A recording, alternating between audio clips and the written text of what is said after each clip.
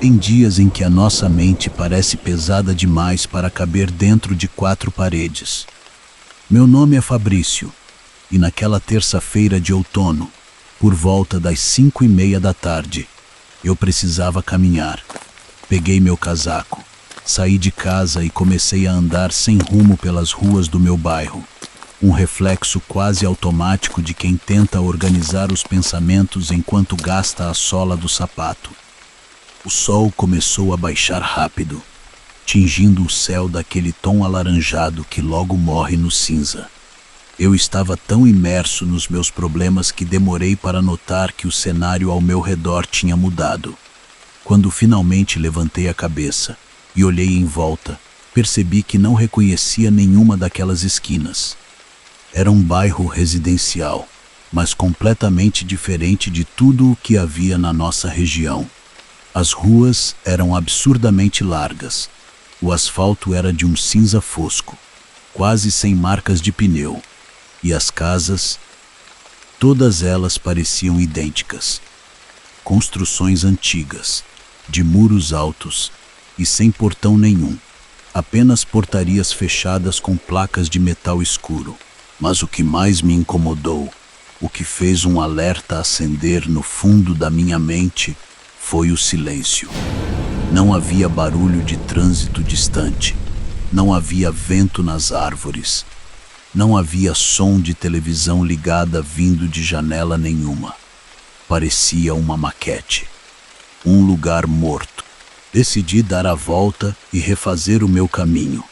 Mas todas as ruas pareciam dar no mesmo lugar. O pânico começou a querer subir pela garganta.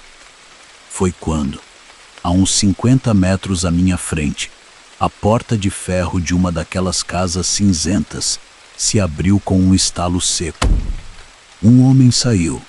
Ele vestia calça social e uma camisa clara. Senti um alívio momentâneo de ver outra alma humana ali e dei um passo à frente para pedir informação. Mas o alívio virou um nó congelante no meu estômago em menos de 2 segundos. Aquele homem não estava andando para a frente. Ele saiu da casa de costas. A princípio, achei que ele estivesse apenas olhando para dentro do imóvel antes de fechar a porta, mas não. Ele trancou a entrada sem se virar. E então, com as costas voltadas para a direção da calçada, ele começou a caminhar pela rua. Ele se movia de costas com uma velocidade e uma precisão assustadoras. Os calcanhares batendo no chão de forma rítmica, mecânica, contornando os postes e as imperfeições da calçada sem vacilar 1 milímetro sequer, como se os olhos dele estivessem na nuca. Eu congelei no meio do asfalto, olhando aquela cena bizarra. O homem desceu a calçada de costas, passou por uma esquina e sumiu. Meu coração parecia uma britadeira. O que diabos era aquilo? Um surto? Uma pegadinha? Dei meia volta e comecei a andar rápido na direção oposta, quase correndo. Mas a engrenagem daquele lugar já tinha começado a rodar. 2 esquinas depois, ouvi o som de passos no asfalto atrás de mim. Olhei de relance. Um grupo de 3 pessoas, 2 mulheres e um rapaz, tinha acabado de dobrar a esquina de cima. Todos eles caminhavam de costas, em silêncio absoluto, vindo na minha direção com passos rápidos e sincronizados. O pânico estourou. Eu comecei a correr. Minha respiração era o único som naquele bairro maldito. Mas a cada rua que eu entrava desesperado, tentando achar uma saída para a avenida principal, mais deles apareciam. Eles surgiam dos vãos entre as casas cinzentas, das esquinas escuras, sempre de costas. Não havia gritos, não havia ameaças verbais. Havia apenas o som de dezenas de sapatos batendo no chão, acelerando o ritmo conforme eu acelerava o meu.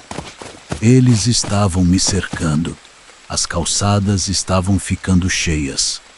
Eu corria pelo meio da rua, e quando olhava para os lados, conseguia ver os perfis dos rostos daquelas pessoas. As expressões delas eram vazias, os olhos fixos na parede oposta, mas os corpos se moviam na minha direção de ré, como se a lógica interna deles funcionasse ao contrário. Na minha mente, o medo era um só. Se uma daquelas pessoas parasse na minha frente e se virasse, eu não suportaria ver o que havia do outro lado. Minhas pernas pesavam, meu pulmão ardia. Entrei em um beco estreito que parecia o único vão livre. Corri até o fundo e dei de cara com um muro de chapas de metal, sem saída. Quando me virei, o início do beco estava tomado por aquelas silhuetas. Elas começaram a entrar no corredor estreito, marchando de costas na minha direção, encurralando meu corpo contra o metal frio. O som dos calcanhares, batendo no asfalto, ecoava nas paredes do beco, cada vez mais alto, mais rápido, mais sufocante. No auge do desespero, sentindo que o primeiro corpo de costas ia encostar no meu, a minha mente quebrou. Eu fechei os olhos com força, espremi minhas costas contra a parede de metal, cobri o rosto com os braços e soltei um grito com tudo o que restava nos meus pulmões. No milésimo de segundo em que o eco do meu próprio grito morreu, um estalo pareceu acontecer dentro da minha cabeça. O silêncio sepulcral sumiu. De repente, uma onda de sons familiares invadiu meus ouvidos de uma vez só.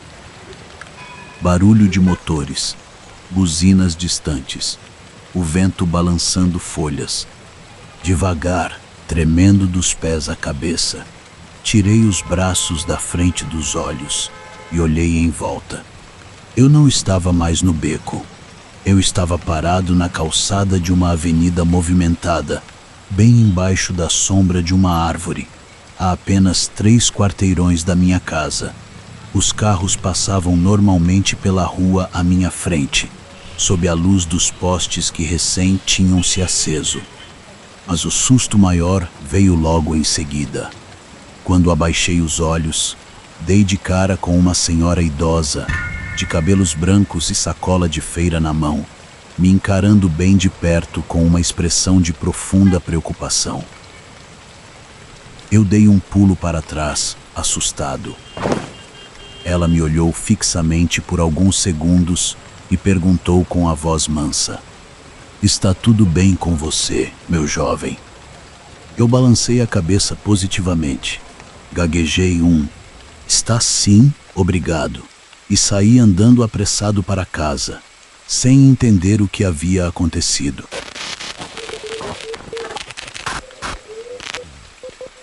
Meu nome é Matheus e o que vou contar aconteceu em 2022, quando eu trabalhava no setor de estoque de uma fábrica e pegava o turno da noite.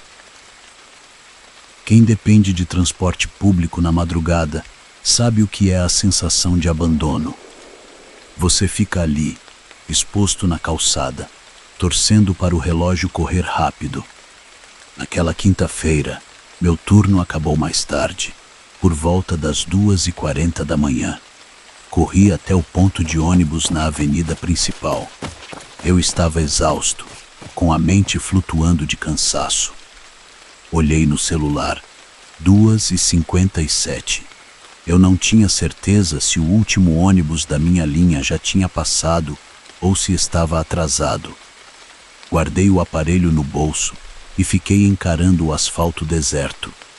Poucos minutos depois, os faróis de um ônibus rasgaram a escuridão. Senti um alívio imediato. Quando o veículo reduziu a velocidade e parou na minha frente, as portas pneumáticas se abriram com um suspiro pesado.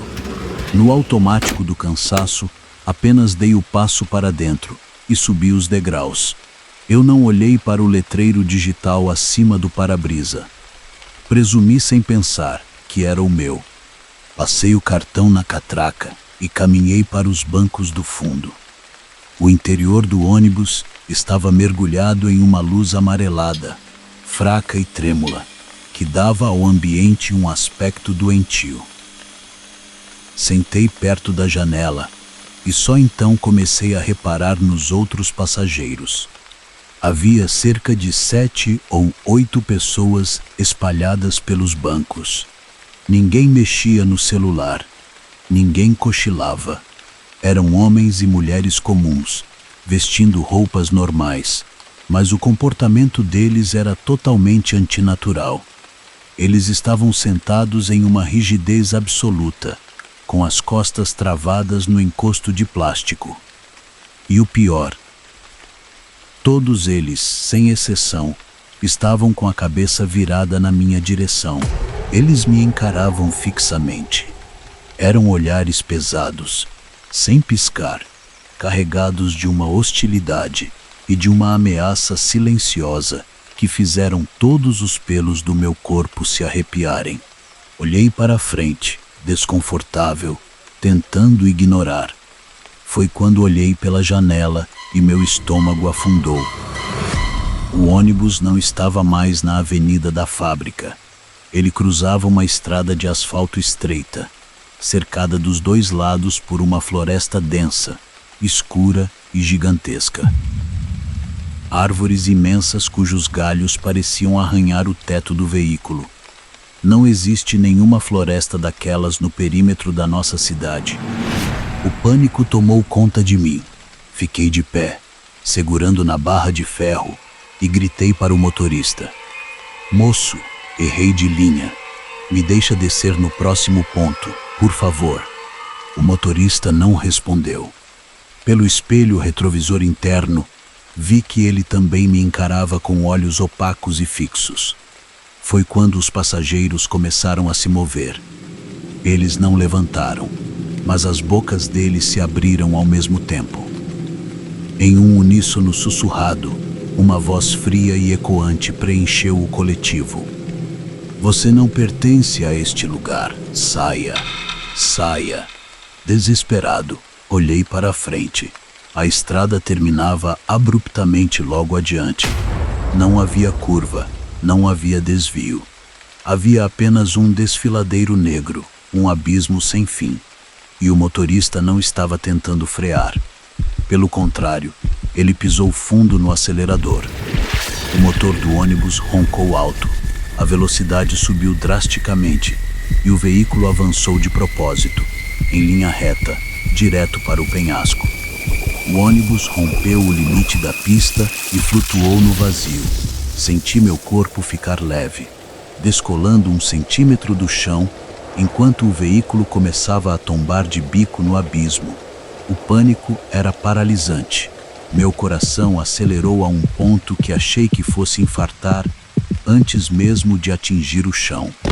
Sabendo do meu destino fatal, apertei os olhos com força. Naquele milésimo de segundo de horror puro, senti minha vista escurecer por completo, como se eu estivesse desmaiando. Um silêncio absoluto me engoliu. Quando abri os olhos novamente, dei um puxão de ar violento, como alguém que emerge da água quase se afogando. Minhas mãos estavam agarradas a algo frio. Olhei em volta, confuso, tentando entender onde estava a dor do impacto. Eu estava sentado no banco de ferro daquele ponto de ônibus de metal, na calçada da fábrica. A avenida estava deserta. Minhas mãos tremiam tanto que mal consegui puxar o celular do bolso para ver a hora. O relógio digital marcava 2h57 da manhã. O exato minuto em que eu estava antes de entrar naquele ônibus maldito. Fiquei paralisado, olhando para o asfalto, e antes que algum ônibus aparecesse realmente, resolvi ir para casa a pé mesmo. Estava tão atordoado com tudo isso que nem me importei com a distância, e nem com o perigo que pudesse haver. Até hoje não sei dizer se foi um pesadelo, o pior que já tive, ou o que...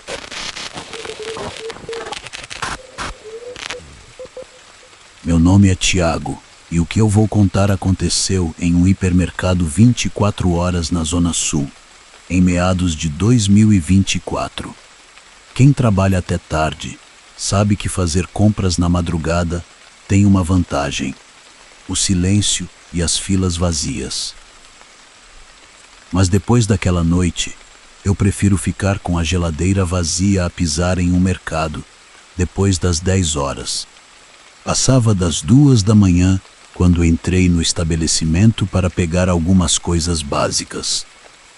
O lugar estava naquele clima típico da madrugada.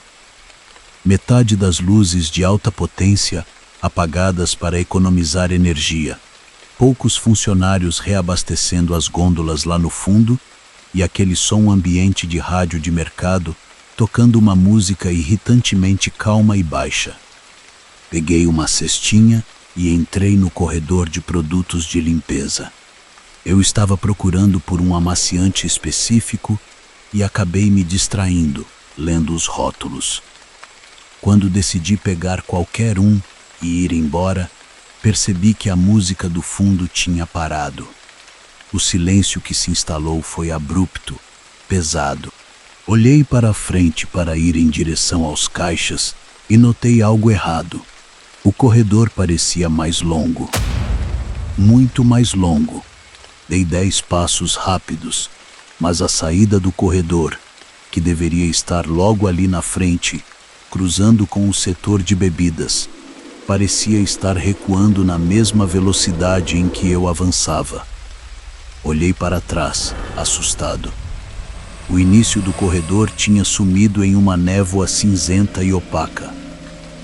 As prateleiras de metal, cheias de galões coloridos de desinfetante, estendiam-se ao infinito para os dois lados. O pânico bateu.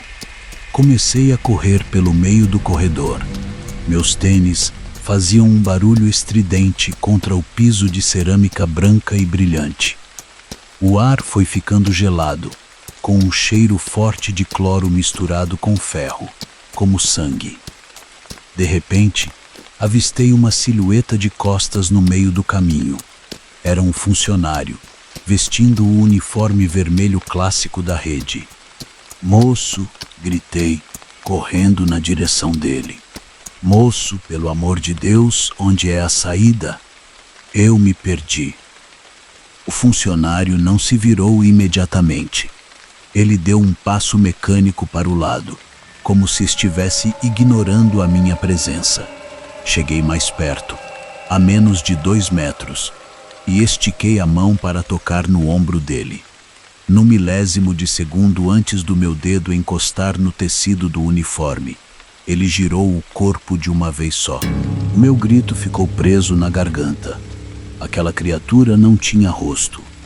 Onde deveriam estar os olhos, o nariz e a boca, havia apenas uma camada de pele lisa, esticada e pálida, que se contraía levemente no centro, como se algo estivesse tentando respirar ali por baixo. Dei um solavanco para trás, derrubando a cestinha no chão.